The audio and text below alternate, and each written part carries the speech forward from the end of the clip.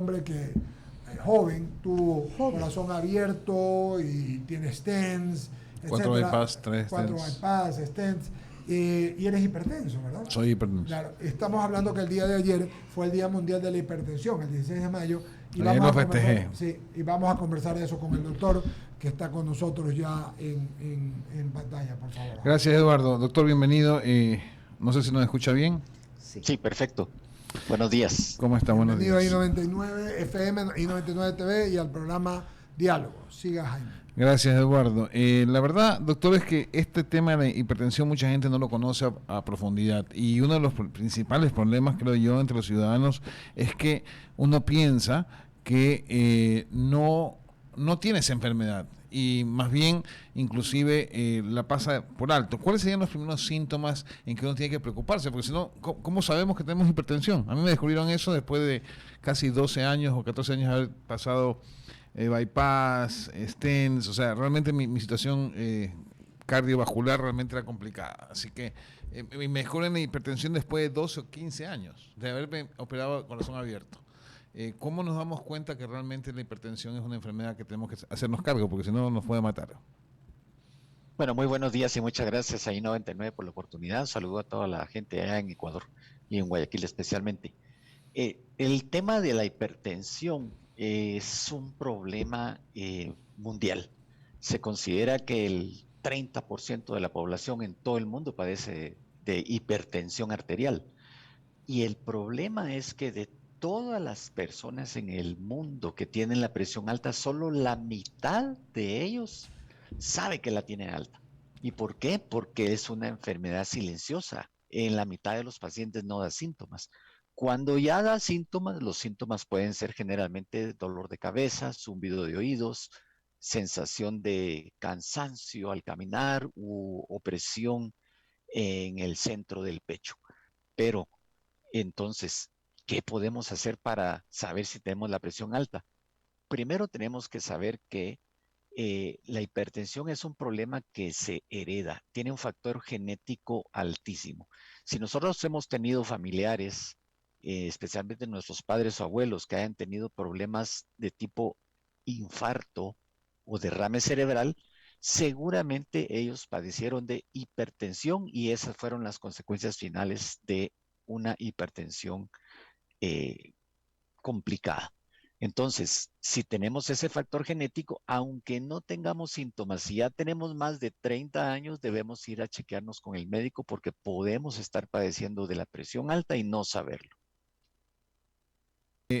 La hipertensión con medicamentos se puede controlar, pero existe lamentablemente, y sobre todo en los ciudadanos masculinos, una especie de reacción en contra a tomar medicamentos porque aparentemente ataca su virilidad, y lo voy a decir tal como es.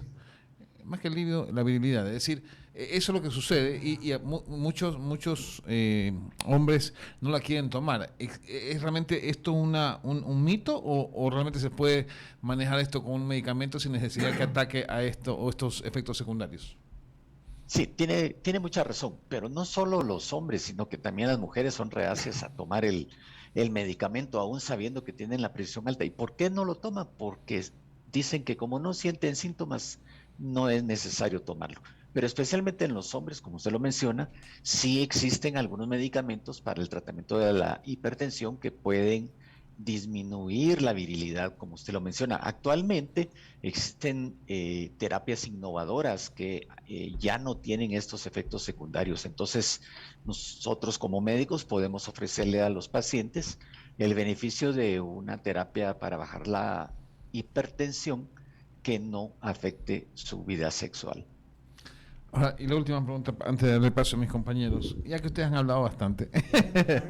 Siga, por favor, Muchas caballero. gracias. Además, usted sufre Doctor, de todo eso. Estamos con el doctor Ronnie. Estamos con el doctor Ronnie Calderón, la verdad es que es un placer tenerlo por acá en I99. Y la última pregunta tal vez que se me ocurre, porque yo soy paciente justamente de hipertensión o tengo esa enfermedad, digamos. Lo otro que realmente uno comienza a pensar es, ¿hasta cuándo? Es decir, ¿toda mi vida tengo que tomarme estas pastillitas? ¿O realmente, y esto me va a controlar? ¿O realmente en cualquier momento Se me prende el semáforo en rojo y hasta ahí quedé. Sí, señor. Pues bueno, Este, la hipertensión puede catalogarse de diferentes formas, porque puede ser una hipertensión leve cuando los valores están ligeramente por arriba de lo normal. En algunos casos, cuando la hipertensión se detecta tempranamente, pueden haber factores modificables que podrían llevarnos a suspender el tratamiento, pero en algunas personas no lo es. Cuando digo qué factores sí se pueden modificar, porque lo genético no, ¿verdad? Entonces, lo que sí nosotros podemos hacer para en algún momento poder definir si nos quitamos el medicamento es bajar de peso. El sobrepeso y la obesidad es un desencadenante de la hipertensión. Entonces, bajar de peso, reducir algunas costumbres, como por ejemplo ingerir excesivamente sal, el aplicarle sal a las comidas. Debemos de quitar el salero de la mesa. Solamente con lo que se cocina es suficiente para mantener el sabor de la comida. Tenemos que quitar la sal de la mesa. Y por supuesto, hacer ejercicio. Si algunas personas bajan de peso, quitan la sal de la mesa y hacen ejercicio regular, podrían en algún momento eliminar los medicamentos para la hipertensión. Pero desafortunadamente, después de cierta edad, por ejemplo, 50 años, ya no es posible quitarse los medicamentos. Es un tratamiento que debe ser de por vida, y como yo le digo a los pacientes, de aquí hasta que se acabe el mundo tiene que tomar el medicamento, siéntase usted bien o no, porque hay gente que cree que como ya se siente bien, los puede suspender. Entonces sí tenemos que insistir en nuestros pacientes que el tratamiento después de los 50 años es perenne. Doctor Calderón, buenos días, le saluda Javier Segarra. Sí, la verdad que usted siempre va a ser importante conocer de un galeno como usted criterios en esta naturaleza. Es lo que digo por experiencia de mi madre, perdón que ponga el ejemplo. Ella murió realmente con diabetes. El tema del ser humano que se siente afectado por la hipertensión es que prohibirle el azúcar y la sal es complicado porque el cuerpo, el organismo se lo pide. Entonces ya depende de ese ser humano el restringirse en cuanto a sal y al azúcar. Es difícil, pero obviamente ahí ya no hay medicina que valga porque ya depende de la naturaleza del cuerpo del ser humano que se siente afectado por la hipertensión, ¿verdad, doctor? Exacto. Sí, y especialmente en los pacientes que, por ejemplo, uno les dice, bueno, quítese la sal. Y el paciente dice, pero si yo sí, así, si no le siento sabor a la comida, hay que, no disfruto. Entonces, existen sustitutos, así como hay sustitutos del azúcar, hay sustitutos de la sal. Claro. Y uno los puede encontrar en los supermercados. Entonces, esos sustitutos de la sal tienen la particularidad de que no retienen líquidos como la sal normal, que es el cloruro de sodio. Entonces podemos usar esos sustitutos de la sal y darle el mismo sabor que nos da la sal natural. Así igualmente con el azúcar, pues existen varias opciones como sustitutos, no solamente los ya conocidos, sino que derivados de plantas como la stevia. La stevia es una planta originaria del Brasil del que se hacen extractos que hasta lo venden en goteros, de tal manera que una o dos gotas es casi como una cucharadita de azúcar. El problema también surge porque, a ver, ese paciente en el caso de consumir la sal, yo no termino de entender, doctor, cómo se le puede pedir a esa persona que la evite, en el sentido de que si va a comer arroz, ¿para qué le pone sal? Pregunto yo. Si se va a comer un guisado de carne que ya tiene sal, o sea, uno de los dos debe tener sal, pero el paciente que adolece de esta situación siempre le va a poner, claro, el cuerpo le pide, siempre va a negarse a decir, bueno, ¿por qué no le pone sal? Hay gente que es tan exagerada en ese sentido que a una ensalada le meten sal como loco porque necesita el cuerpo ese mal que le hace al organismo como tal. Los pacientes, yo la pregunta que quiero hacerle, doctor, es cuándo y cómo se puede un ser humano saber que por una cuestión hereditaria se tiene que hacer ese examen, porque claro, se lo hace ya cuando es tarde cuando ya está tarde en el camino, pues. Sí, sí, tiene mucha razón. Con esto que hablamos de los alimentos. Eh, pero sí en algunos casos, cuando los pacientes en realidad no puede uno eh, hacer que quiten la sal de la mesa, pues uno tiene que darles diuréticos para sacar ese exceso de agua del cuerpo. Por otro lado, como dice usted, ¿cómo puede saber uno? Pues si ya pasamos los 40 años y como lo dije al principio, tenemos familiares que han tenido o infartos o derrames, tenemos que irnos a chequear porque podemos estar ye- teniendo la presión alta y no saberlo, porque en la mitad de los casos no da síntomas. Alberto Quintana continúa con la Sí, entrevista. doctor, qué gusto enorme. Especialista en medicina interna, el doctor Ronnie Calderón. Más que preguntarle, enfoquémonos un ratito y exclusivamente eso se lo voy a plantear. Enfoquémonos un momento en el tema edad, ¿no? Porque hemos hablado de 40 años, de 50 años. Pero los chicos, por ejemplo, ¿o cuál es la relación de la edad con la hipertensión? Porque pronto podríamos creer de que al adulto lo afecta. ¿Qué podría recomendar más bien para los más pequeños a efectos de que más adelante no tengan un cuadro de afectación en materia de salud, doctor?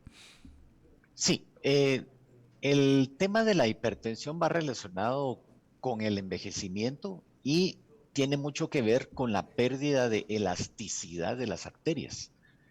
Los jóvenes durante la niñez y la adolescencia no han acumulado el suficiente colesterol para que sus arterias se endurezcan. Y si es importante, pues siempre, obviamente en los niños, pues hacer sus evaluaciones regulares con los pediatras, pero no porque los niños tengan familiares con problemas cardiovasculares como presión alta o derrames, haya que preocuparse por estarles midiendo la presión, a menos que los niños tengan enfermedades de los riñones o alguna enfermedad congénita del corazón, entonces sí es necesario controlarles la presión. Pero, como les decía, el niño tiene sus arterias suaves y conforme la edad uno va acumulando colesterol en las arterias, este se va depositando alrededor de las arterias y se van endureciendo. Entonces el corazón tiene que bombear con más fuerza la sangre para hacerla pasar en las arterias. Y esa es la presión de la sangre contra las paredes de las arterias, la que uno mide y es la que sube con la edad. Perfecto, muy válida la clarificación, doctor, muy válida, ¿no? Porque de alguna manera deja contestada algunas interrogantes que nos hacía nuestra audiencia a través de las plataformas digitales. Solamente, doctor Calderón, yo he escuchado a mis compañeros y a usted y es interesante porque usted habla de la realidad. Jaime Velázquez y Javier Segarra hablaron del tema de lo ideal, ¿no? De hacer ejercicio, de no comer. Yo creo que el azúcar es una cosa tan mala como el cigarrillo. Yo, personalmente, yo casi no como azúcar, no tomo azúcar. A veces un poquito, algo de stevia, las frutas con stevia, un jugo con stevia, pero sí como sal. Ya, sí tomo una pastilla para la presión, pero entonces el problema viene acá, que es lo que Jaime me decía, es el mito. No tomes endulcorantes porque te dan Alzheimer. Me estoy refiriendo a todititos, lo que es Splenda, Sweet and Low, todititos esos. Y no tomes el sustituto de la sal porque te dan ni sé qué cosa. Entonces, en definitiva, uno lo dejan loco. Lo que sí es real es que si no si no se cuida, uno le puede dar un derrame o le puede dar un infarto. Eso sí es verdad. Mi primera pregunta, ¿cómo hacemos con eso? Más que eso, un punto de vista de médico. ¿Es verdad lo del... es científico lo que los endulcorantes, salvo la stevia, sé que la stevia no está en ese camino, que dan Alzheimer? Y dos, el tema de sal que hace, el sustituto de sal hace daño para algún otro elemento del cuerpo. Bueno, en relación a los edulcorantes, como usted lo menciona, la la Agencia para el Control de Drogas y Alimentos de los Estados Unidos, la FDA, La FDA. es una agencia muy estricta y ellos no permiten la comercialización de ninguna sustancia ni producto que pudiese tener algún efecto adverso para la salud de las personas. Ok. Aún en cantidades por arriba de lo normal, no se ha visto que estos edulcorantes tengan algún efecto contraproducente para la salud.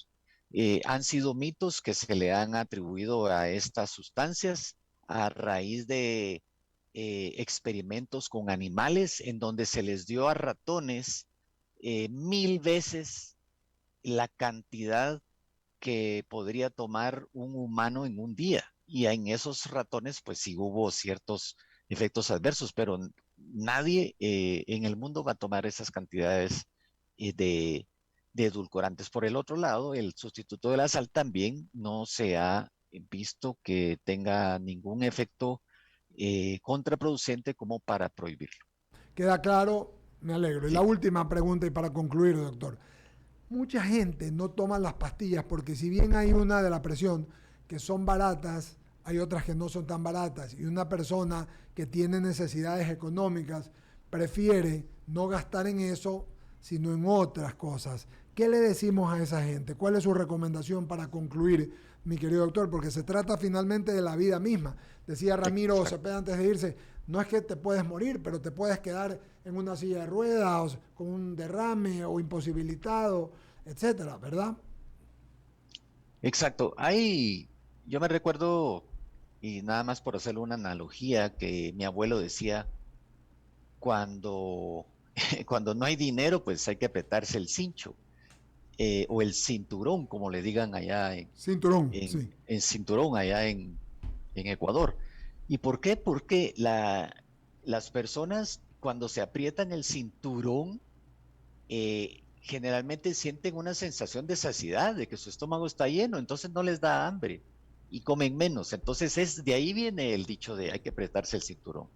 Pues con las personas en el sentido económico, yo les podría decir, así como lo mencioné al inicio, si uno quiere ahorrarse el dinero de los medicamentos de la presión, tiene que tomar ciertas medidas que son radicales para bajar los niveles de la presión. Y son, como usted lo mencionó, quitarse el cigarrillo, Absoluto. reducir la ingesta de sal, bajar por lo menos un 10% del peso y hacer ejercicio por lo menos 5 días de la semana, 30 minutos todos los días. Si hacemos esas 5 cosas, posiblemente sí podamos reducir la cantidad de medicamentos, porque hay veces que los pacientes toman 2 o 3 medicamentos para bajar la presión, pero si hace esas medidas, posiblemente solo necesite uno. Doctor Ronnie Calderón, agradecerle su gentileza, ha estado muy claro, esperemos volver a conversar. La verdad que es un tema que nosotros hablamos, este es un programa donde se habla de política, pero también es un programa urbano, hablan los médicos, todo, porque este es un problema que atañe a la sociedad y existe mucho porque la gente no se alimenta bien y es muy sedentaria, es decir, no hace ejercicio, come mucha sal y toma mucho azúcar. Y a veces tienen desconocimiento de muchas cosas como estos temas, ¿no? Así es. Y a veces el azúcar no es que solo la tomas, sino no. la tomas en cola. Vea, pan, arroz, todo eso trae sal, queso. Y la gente dice, no, es que no le puse sal a esto. Pero estás comiendo un pedazo de queso como este señor que acaba de comer. Sí, ¿no? que tiene el corazón abierto, ¿cuántos stents? 3 stents, 4 bypass. Y sigue comiendo nada más. Pero ya ha bajado 1 libra, doctor. En todo caso, ha bajado 1 libra. Queremos agradecerle. Gracias, doctor. Discúlpenos la ironía, hermano. No se preocupe. Gracias, qué tema más interesante. Tenga buen día. ¿Ah? A ustedes, muchas gracias por la oportunidad. Feliz día.